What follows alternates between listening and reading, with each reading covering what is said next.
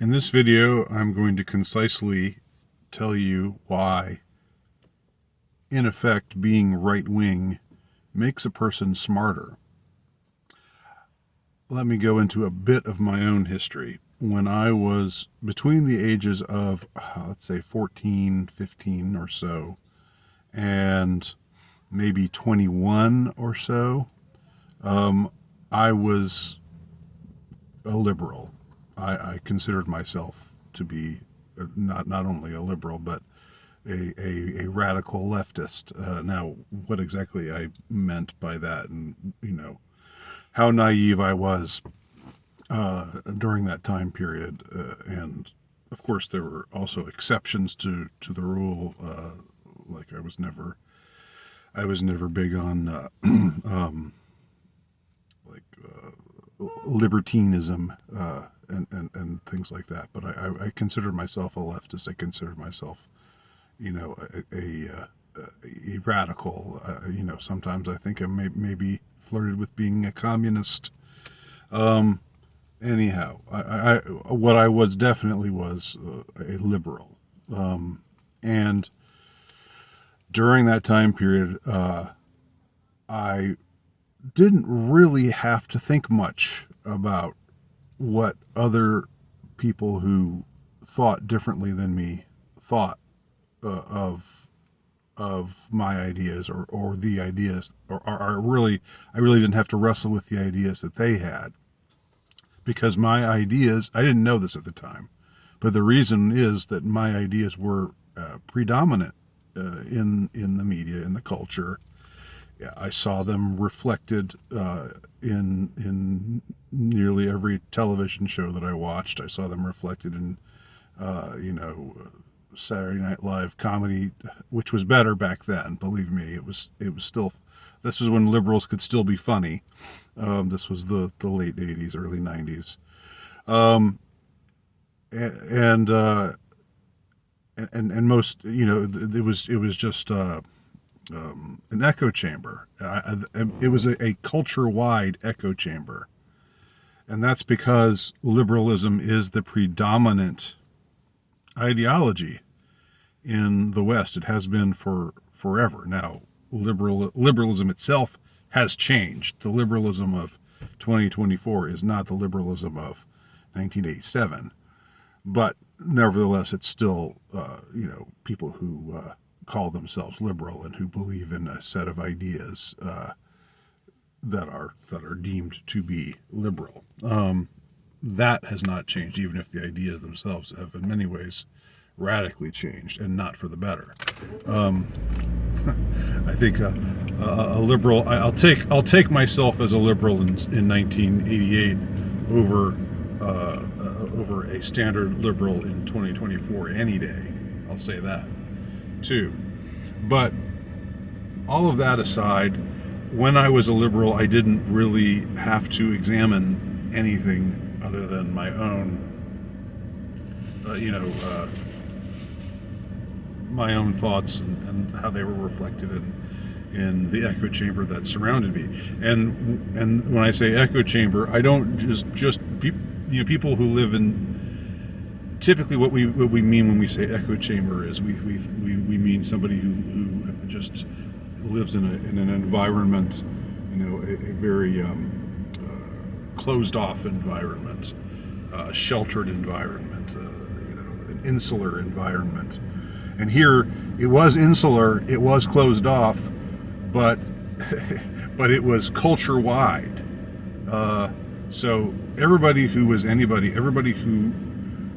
important, just about, who was in the business of generating ideas, was a liberal. That's not to say everybody in public life or everybody who was elected to office or et cetera and so on. I'm just saying, if something got to your ears and got to your mind, if you heard it in school, especially in college, that was when the echo chamber really accelerated.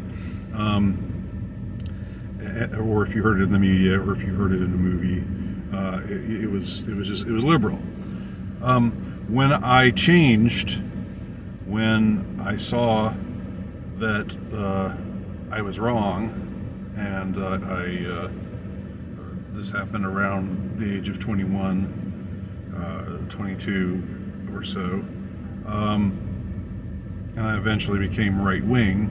First, I was libertarian, but still thought of myself as left leaning, and then, through a series of events, I became conservative or right wing. And after that change, which has been, for the rest of my life, then it's been since 1992 or so, until now.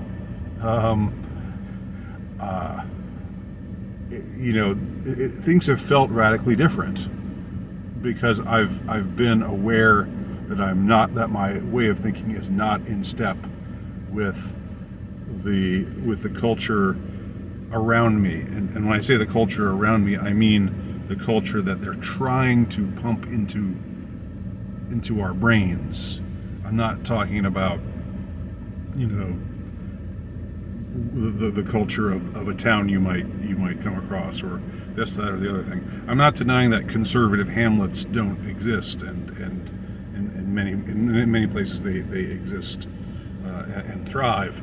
But I'm saying when you are plugged in to the culture shaping institutions and all of their manifestations, then that is liberal or left. Everything you generally hear in the news from academia, from education, is left. So when you become non-left, when you become unleft, then you're in a very different position, and it really does force you to be smarter, because you have to see the way the left thinks about things, because the only way you would avoid doing that is if you just completely unplugged from everything. But that's harder and harder to do. I mean, you have to pay attention to some things that the culture shaping, the predominant culture shaping opinion shaping institutions are spewing forth. So being in opposition to those ideas makes you smarter, because you have to know what your opponent is thinking. You have to understand them, in addition to understanding your own ideas and beliefs. Whereas when you're on the left, when you're a liberal, when you're just dutifully following what you're told by the liberal left opinion shaping institutions that are predominant in our society, then the everything else is just other. It's like, oh, it's not left. It's not, it's something besides. I listen to NPR, so I'm smart. Oh, this is from some non-NPR listening people out there. This is just, I don't know what to make of this. This is just crazy. So I'm just going to call it all sorts of names and assign all kinds of motivations to it, and just speak completely from ignorance about it. And even when I try to satirize it, my satire has no bite, because it's clear that I don't know the subject that I'm satirizing, because I don't have to know the subject that I'm satirizing, because I can just plug into these institutions and be in my happy place and think along with think along with the higher mind that's actually doing the thinking for me.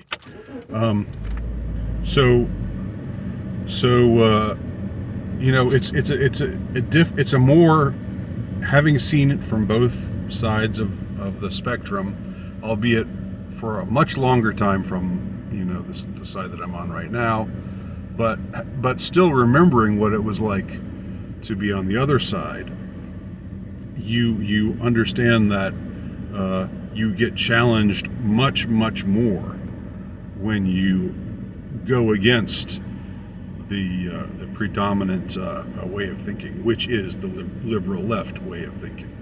And that's why being right-wing or conservative makes you smarter.